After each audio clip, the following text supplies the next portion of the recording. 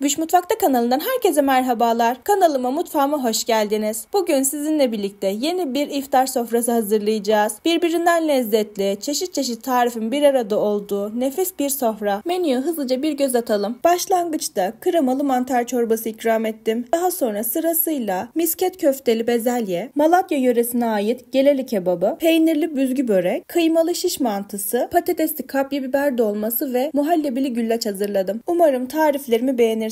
Tüm tariflerin malzeme listesini açıklamalar kısmına ekliyorum. Tariflere geçmeden önce henüz kanalıma abone değilseniz kanalıma abone olarak kanalımın gelişip büyümesine destek olursanız çok sevinirim. Kremalı mantar çorbası.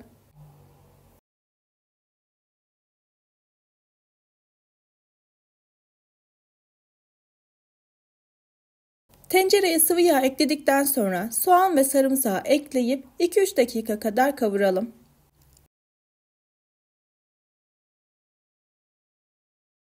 Kavrulan soğanların üzerine mantarları ekleyerek birlikte kavurmaya devam edelim.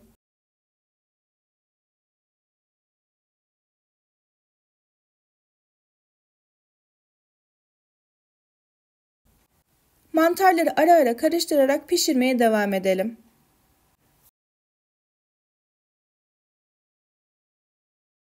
Tencerenin kapağını kapatıp mantarlar suyunu salıp çekene kadar ara ara karıştırarak pişirme işlemine devam edelim.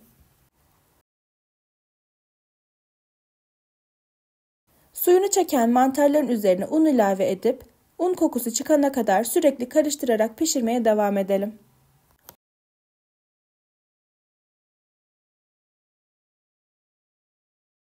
Un kokusu çıktıktan sonra 1 bardak kadar tavuk suyu ilave ettim. Tavuk suyunu ekledikten sonra güzelce karıştırarak bütün topaklanmaları giderdim. Daha sonra üzerine kaynar su ilave ettim. Çorba kaynayana kadar sürekli karıştırmaya devam edelim. Çorba kaynamaya başladıktan sonra ocağın altını kısıp mantarlar pişene kadar pişirmeye devam edelim.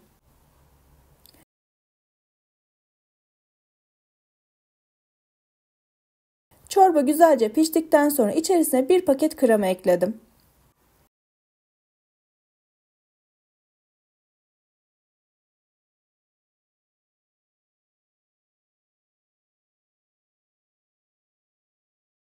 Krema ile birlikte 10 dakika kadar çorbayı pişirdikten sonra içerisine tuzunu ve karabiberini ilave ettim.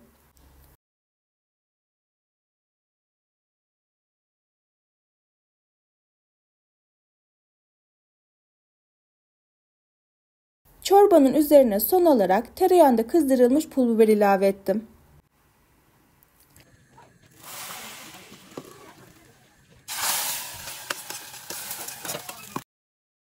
Eğer seviyorsanız çorbanın içerisine ince kıyılmış dereotu da ekleyebilirsiniz. Çorbaya güzel bir lezzet katıyor.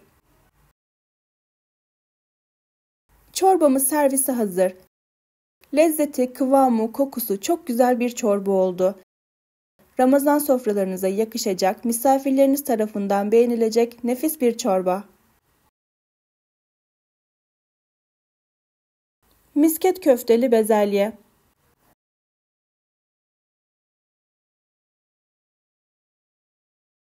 Tarife öncelikle köfte harcını hazırlayarak başlayalım. Karıştırma kabına kıymayı ekledikten sonra rendelenmiş, suyu sıkılmış soğanı ve sarımsağı ekleyelim. Galeta unu ve baharatları da ekleyelim. Tüm malzemeler güzelce bütünleşene kadar elimizle yoğurmaya başlayalım.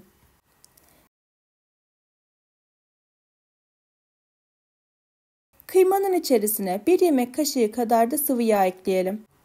Eklediğimiz bu sıvı yağ hem köftenin daha yumuşak olmasını hem de daha lezzetli olmasını sağlıyor.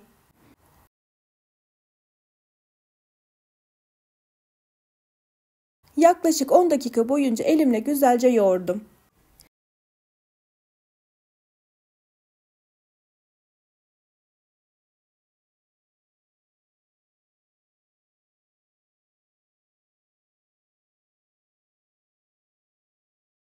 Elimi yağlayıp köfte harcından parçalar kopararak elimle yuvarlamaya başladım.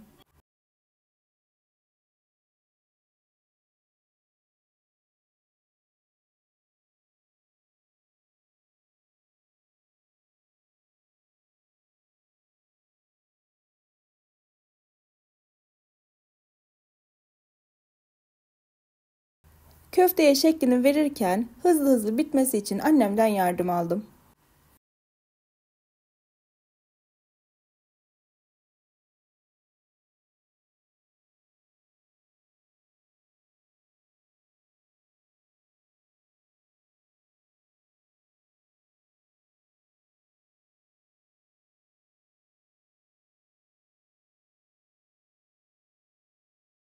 Tüm köfteleri yuvarlayıp şeklini verdikten sonra pişirme aşamasına geçebiliriz. Tencereye sıvı yağ ekledikten sonra küçük küp şeklinde doğradığımız havuçları ekleyip güzelce karıştırarak pişirelim.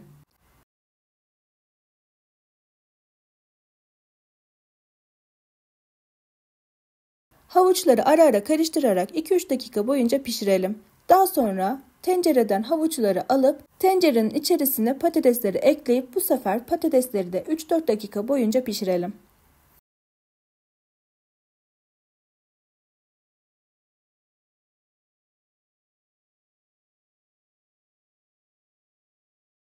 Patatesleri de güzelce pişirdikten sonra patatesleri tencereden alalım.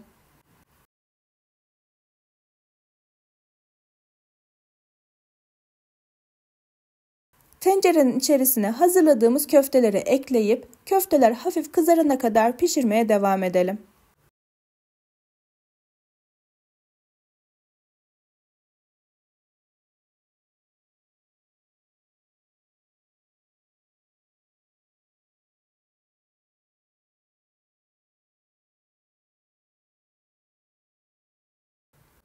Kızarmaya başlayan köfteleri tencereden alalım.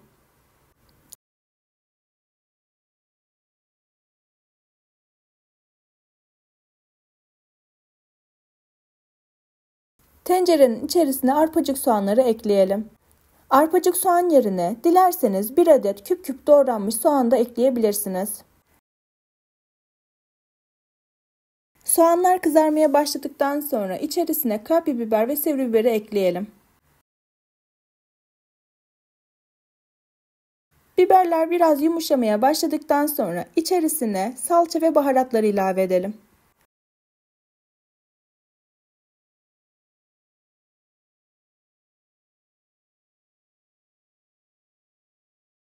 Yaklaşık 2-3 dakika salçayı kavurduktan sonra içerisine bezelyeyi ekleyip karıştıralım. Bezelyeleri yemeğe eklemeden önce 10 dakika boyunca suda haşladıktan sonra güzelce suyunu süzüp tekrar yıkadım. Daha sonra yemeğe ekledim.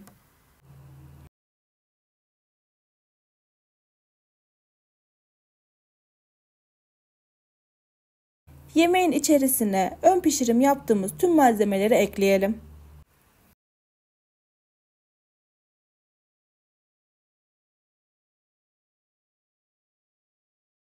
Tüm malzemeleri güzelce karıştırdıktan sonra üzerini geçecek kadar kaynar su ilave edelim. Yemek suyunu çektikçe içerisine kaynar su ilavesi yapabilirsiniz.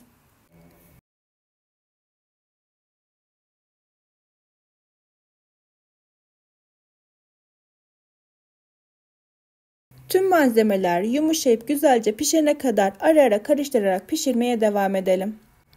Lezzeti şahane, çok güzel bir ana yemek. Hem lezzetiyle hem görseliyle çok güzel olan, misafir sofralarınıza çok yakışacak nefis bir ana yemek tarifi.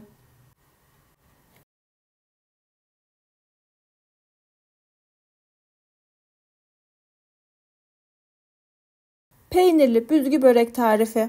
Belki içinizde hatırlayanlar vardır. Geçen sene Ramazan ayında da yine aynı tarifle büzgü börek tarifi hazırlamıştım. Geçen sene hem peynirli hem patatesli hazırlamıştım. Bu sene sadece peynirli olarak hazırladım. Eğer patatesli tarifini izlemek isterseniz sağ üst köşeden çıkan yazıya tıklayarak o videoya ulaşabilirsiniz. Böreğin hamurunu hazırlayarak tarife başlayalım. Karıştırma kabına yumurta, yoğurt, sıvı yağ, su, sirke ve tuzu ekleyip karıştıralım. Çırpıcı yardımıyla tüm malzemeler karışana kadar güzelce karıştıralım.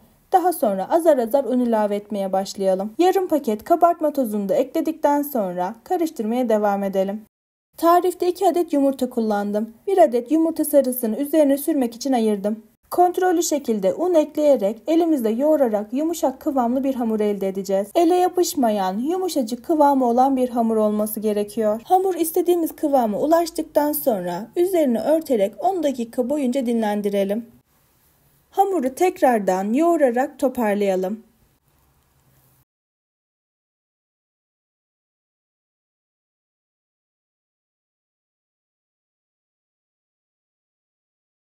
Hamuru 10 eşit bezeye ayıralım. Ben klasik ölçülerdeki fırın tepsisinde yaptım. 10 adet bezeyle bir tepsi tamamen güzelce doldu. Kullandığınız tepsinin boyutuna göre beze sayısında değişiklik yapabilirsiniz.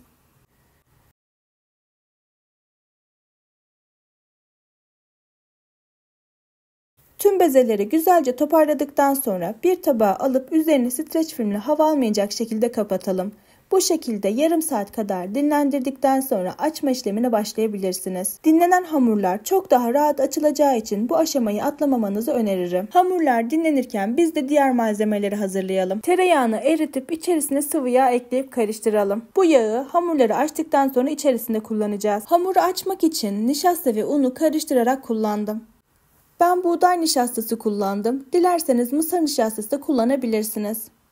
Hazırladığımız un karışımından tezgah üzerine döktükten sonra hamuru yerleştirelim. Üzerine tekrardan un serperek elimizle baskı uygulayıp biraz açmaya başlayalım. Oklava yardımıyla hamuru açmaya devam edelim.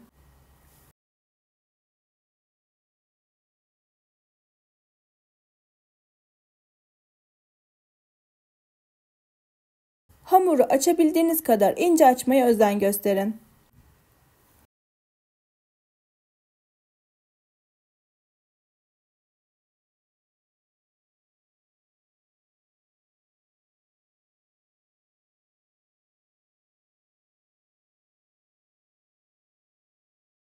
Açtığımız hamuru tekrardan oklavaya düzgün bir şekilde sardıktan sonra iki ucundan ortada birleştirerek büzelim.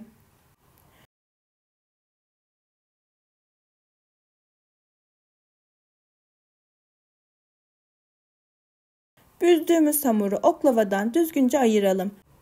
Gördüğünüz gibi çok rahat bir şekilde açılıyor.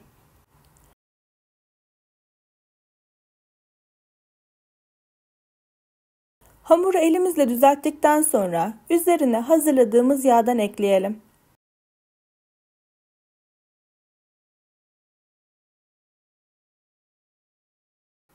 Peynirli maydanozlu iç harcından kullanmayı tercih ettim. Dilediğiniz iç harcıyla hazırlayabilirsiniz.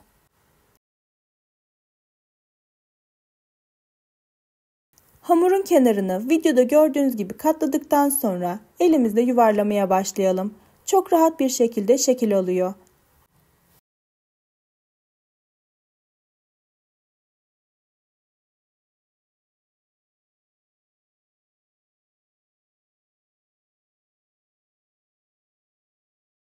Hazırladığımız böreği tabanını yağladığımız fırın tepsisine yerleştirelim. Size hemen bir tane daha göstermek istiyorum. Açtığımız hamuru iki ucundan tutup ortada birleştirerek büzelim. Hamuru açıp oklavadan ayıralım. Hamuru düzelttikten sonra üzerine yağ ekelim.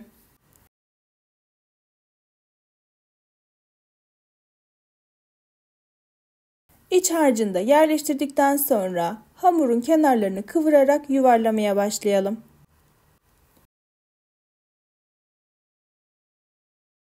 Tüm hamurlar bitene kadar aynı işlemlere devam edelim.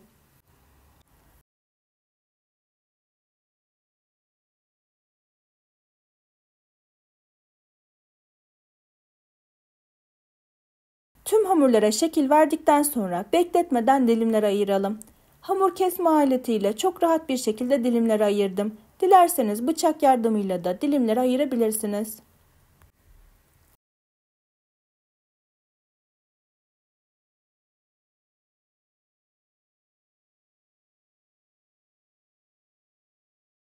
Ben bir gün önceden hazırladığım için üzerini streç filmle örterek buzdolabında ertesi güne kadar beklettim.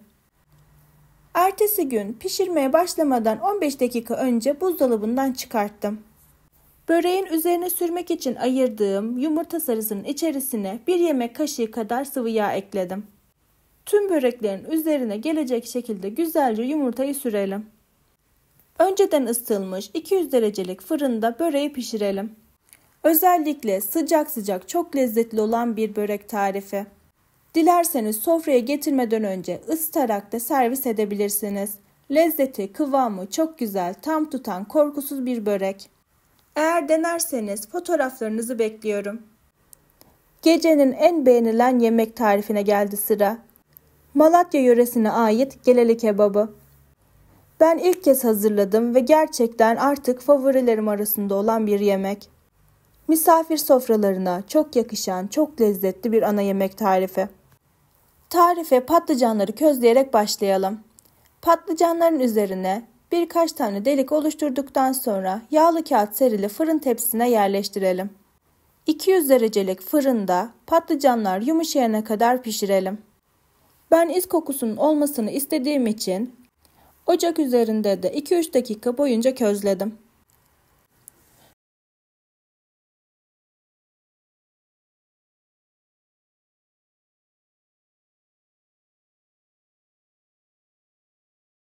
Közlediğim patlıcanları bir kaba alıp üzerini kapatarak oda sıcaklığına gelene kadar bekletiyorum.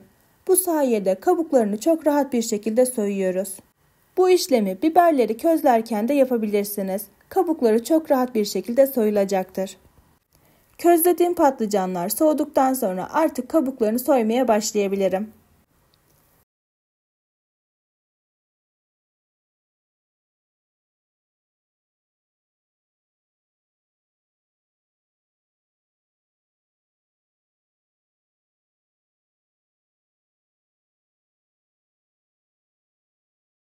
Hızlı hızlı tüm patlıcanların kabuklarını soyalım.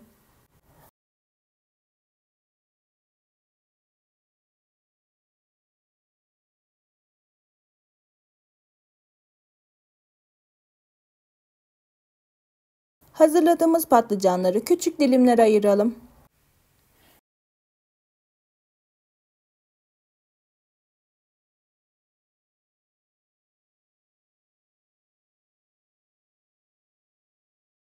Bu yemeği hazırlarken ben kuzu kuşbaşı eti kullandım.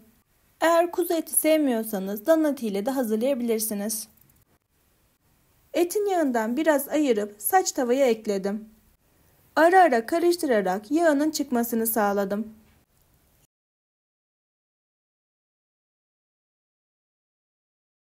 Yağı çıkıp kızarmaya başladıktan sonra içerisinden parçalarını aldım.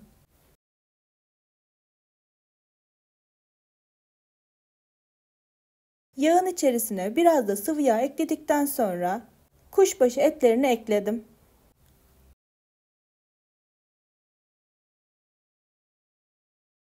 Ara ara karıştırarak pişirmeye devam edelim.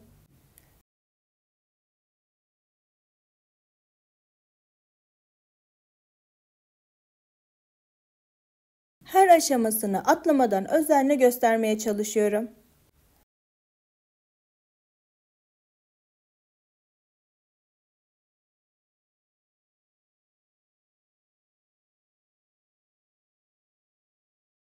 Etler suyunu salmaya başladı. Bu suyunu çekene kadar kısık ateşte yavaş yavaş pişirdim.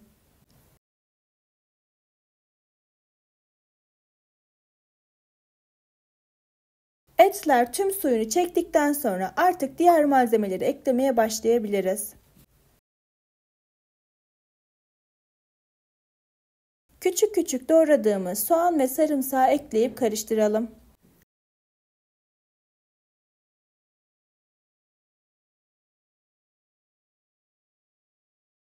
Kapağını kapatıp soğanlar hafif yumuşayana kadar ara ara karıştırarak pişirelim.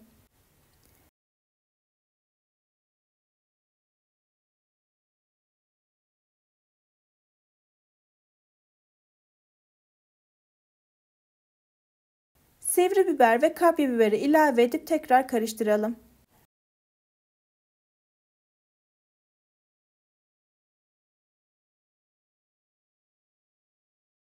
Baharatlarını da ekledikten sonra güzelce karıştırıp kapağını kapatıp tekrar pişirmeye bırakalım.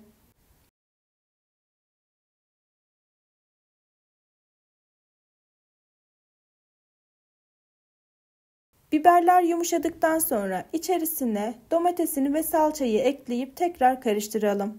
Yemeği pişirirken ekstra hiç su eklemedim. Etin kendi suyuyla önce yumuşayana kadar güzelce pişirdim. Daha sonra da sebzelerin suyuyla yavaş yavaş güzelce pişti.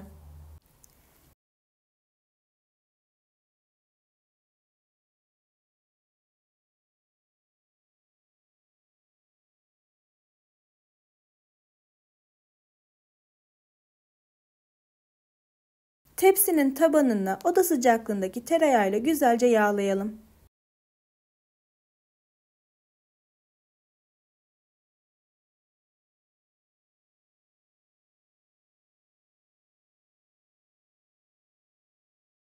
Közlediğimiz patlıcanları her yerine eşit olacak şekilde tepsiye yerleştirelim.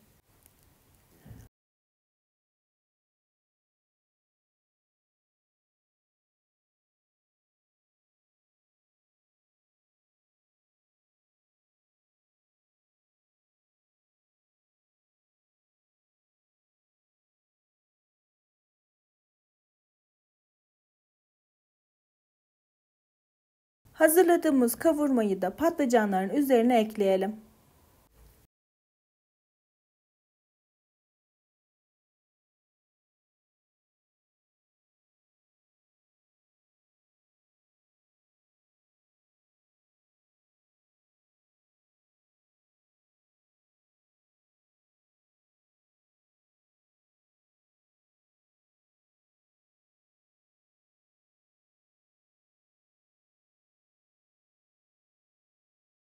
Kavurmayı tepsiye güzelce yaydıktan sonra önceden ısıtılmış 180 derecelik fırında 20-25 dakika kadar pişirelim.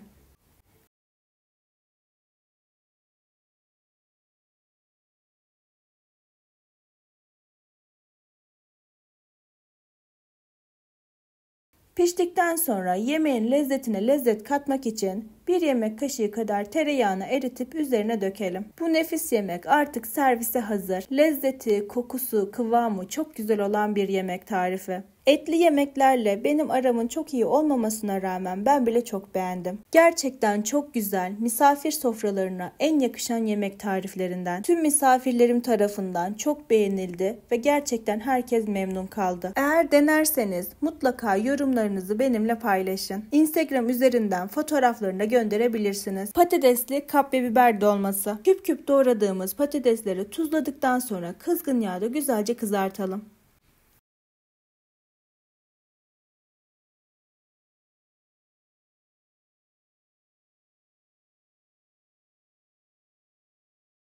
Patatesler kızardıktan sonra kapya biberlere bıçak yardımıyla 2-3 adet delik açtıktan sonra kızgın yağda kızartmaya başlayalım.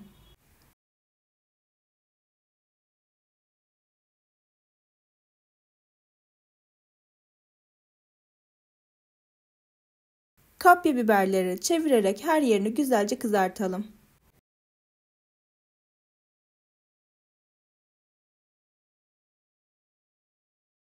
Kapya biberler kızardıktan sonra bir tabağa alıp soğumasını bekleyelim.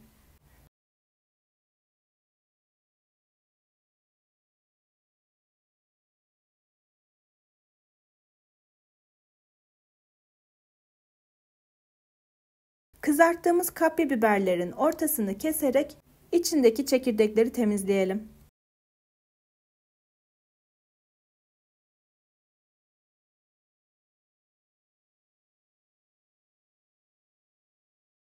Kızarttığımız patateslerle biberin içini dolduralım.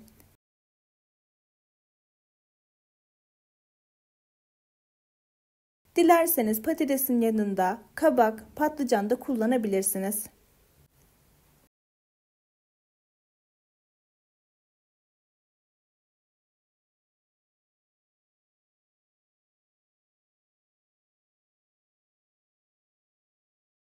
Tüm biberleri aynı şekilde hazırlayıp içerisini temizleyip patatesle dolduralım.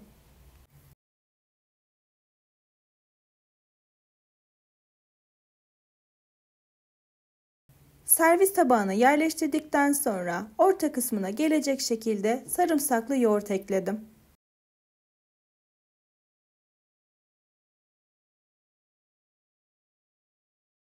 Son olarak göze biraz daha hitap edebilmesi için üzerine ince kıyılmış maydanoz ekledim. Artık servise hazır. Çok kolay ve masalara çok yakışan bir tarif. Kızartmayı sevmeyen zaten yoktur.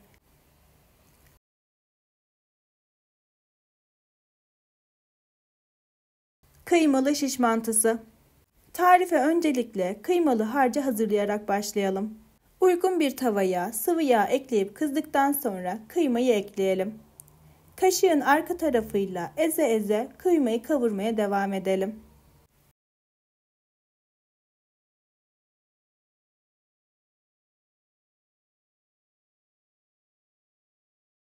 Kıymayı kavururken kaşığın arkasıyla ezerseniz tane tane olur.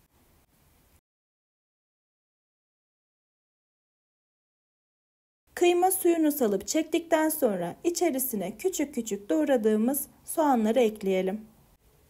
Soğanla 4-5 dakika boyunca pişirdikten sonra içerisine kapya biber ve sivri biberi ekleyelim. Baharatlarını da ekledikten sonra güzelce karıştırıp biberler yumuşayana kadar pişirmeye devam edelim.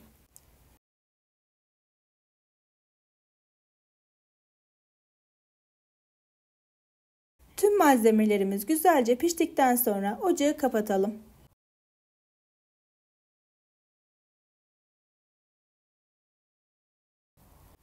İki adet yufkayı üst üste serelim.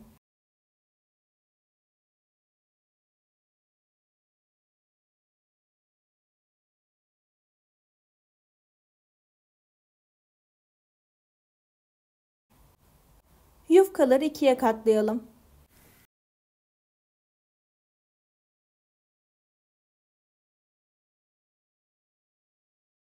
Ben bu tarifte yufkaları sararken çöp şiş kullandım. Dilerseniz temiz bir örgü şişi de kullanabilirsiniz. Yufkanın üzerinde şişin boyutunu ölçerek şişin boyutuna uygun şekilde kesiyorum.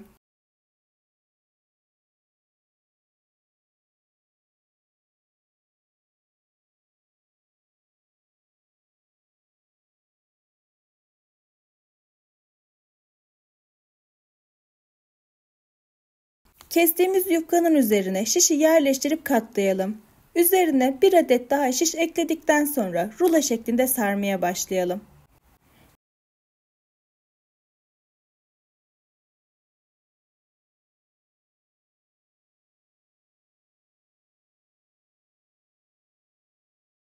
Bir adet yufkayı güzelce sardıktan sonra uç kısmının pişerken açılmaması için su sürelim.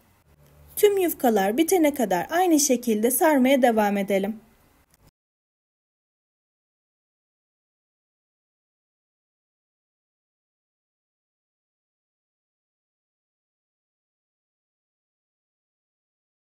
Hazırladığımız yufkaları bir parmak genişliğinde dilimlere ayıralım.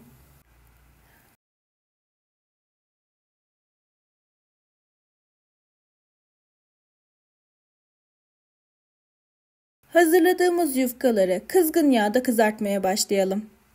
Ara ara karıştırarak her yerinin eşit miktarda kızarmasını sağlayalım.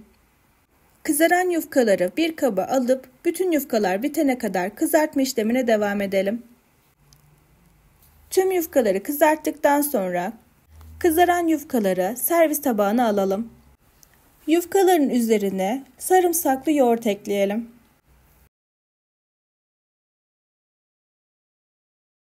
Hazırladığımız kıymalı sosu da yoğurdun üzerine ekleyelim.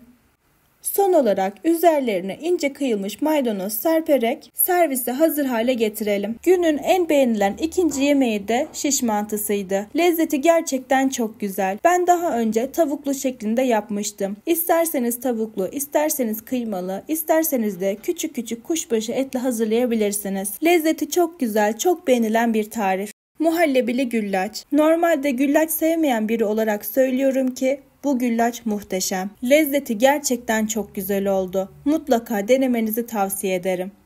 Muhallebi için tencereye sütü, şekeri, unu ve nişastayı ekleyip tüm topaklanmalar gidene kadar karıştıralım. Daha sonra ocağı açıp sürekli karıştırarak kaynayana kadar pişirmeye devam edelim. Güllaç yapraklarını ıslatacağımız sütü de bir tencereye alıp ısıtmaya başlayalım. Bu sütün içerisine şeker ve vanilini ekleyip karıştırdıktan sonra kaynama noktasına gelene kadar ısıtalım. Muhallebi kaynamaya başladıktan sonra ocağı kapatıp içerisine beyaz çikolata ve vanilini ekleyelim. Çikolata eriyene kadar sürekli karıştıralım. 5-10 dakika kadar ara ara karıştırarak muhallebinin ilk sıcağının çıkmasını sağlayalım. Daha sonra içerisine yarım paket krema ekleyelim. Kremayı da güzelce karıştırdıktan sonra muhallebimiz kullanıma hazır. Kalan kremanın yarısını da güllaç yapraklarını ıslayacağımız sütün içerisine ekledim. Güllaç yapraklarını kullanacağımız borcama keserek yerleştirelim. Sıcak sütle güllaç yapraklarını ıslatalım.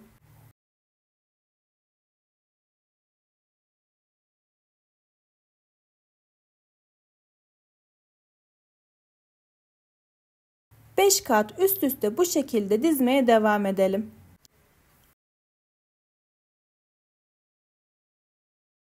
Toplamda 10 adet güllaç yaprağı kullandım. 5 adet alt kısmına, 5 adet üst kısmına kullanacağız.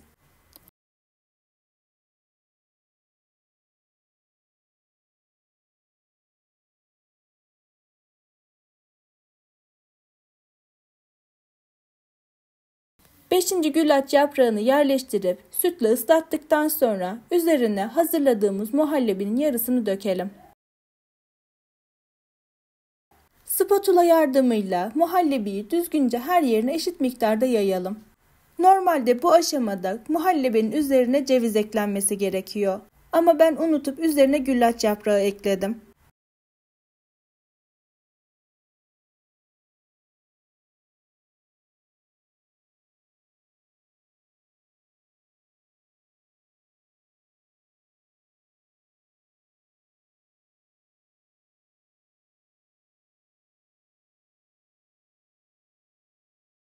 İri çekilmiş cevizden de bolca ekledikten sonra üzerine dilerseniz benim gibi beyaz damla çikolatadan da ekleyebilirsiniz. Güzel bir lezzet katıyor.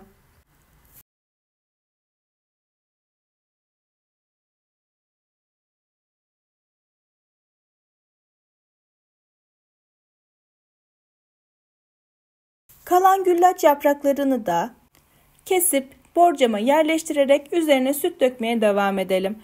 Tüm yapraklar bitene kadar bu işleme devam edelim.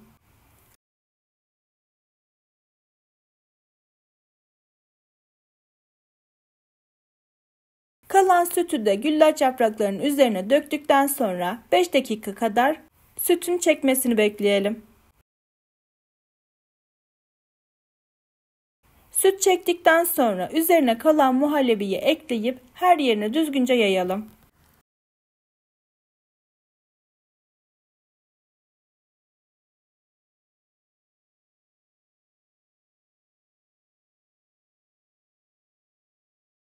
Ben 4 saat kadar buzdolabında beklettikten sonra servis ettim. Servis ederken üzerine nar taneleri ve Antep fıstığı tozu ekledim. Dilediğiniz gibi süsleyerek servis edebilirsiniz. Lezzeti, kıvamı çok güzel bir tatlı. Son zamanlarda sosyal medyada sürekli karşıma çıkmaya başlamıştı. Ben de misafirlerim için hazırlayıp denemek istedim.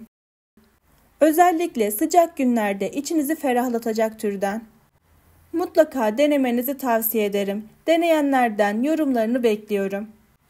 Görüntüsü de lezzeti de çok güzel bir tatlı. Ramazan sofralarına çok yakışan nefis bir tatlı tarifi. Bir de kıvamını yakından göstermek istiyorum size.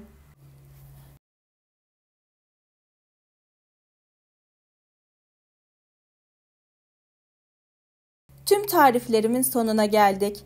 Değerli vaktinizi ayırıp tariflerimi sonuna kadar izlediğiniz için çok teşekkür ederim. Tariflerimi beğendiyseniz beğenip videoyu görmesini istediğiniz arkadaşlarınıza göndermeyi unutmayın. Tüm tariflerin malzeme listesini açıklamalar kısmına yazıyorum. Aklınıza takılan noktalar varsa yorumlarda sormaktan çekinmeyin. Gördüğüm anda cevaplıyorum. Bana ulaşabileceğiniz diğer sosyal medya hesaplarımı da açıklamalar kısmına ekliyorum. Kanalımda görmek istediğiniz tarifler varsa yorumlarda benimle paylaşabilirsiniz. Deneyeceklere şimdiden afiyet olsun. Başka tariflerde yeniden görüşene kadar hoşça kalın.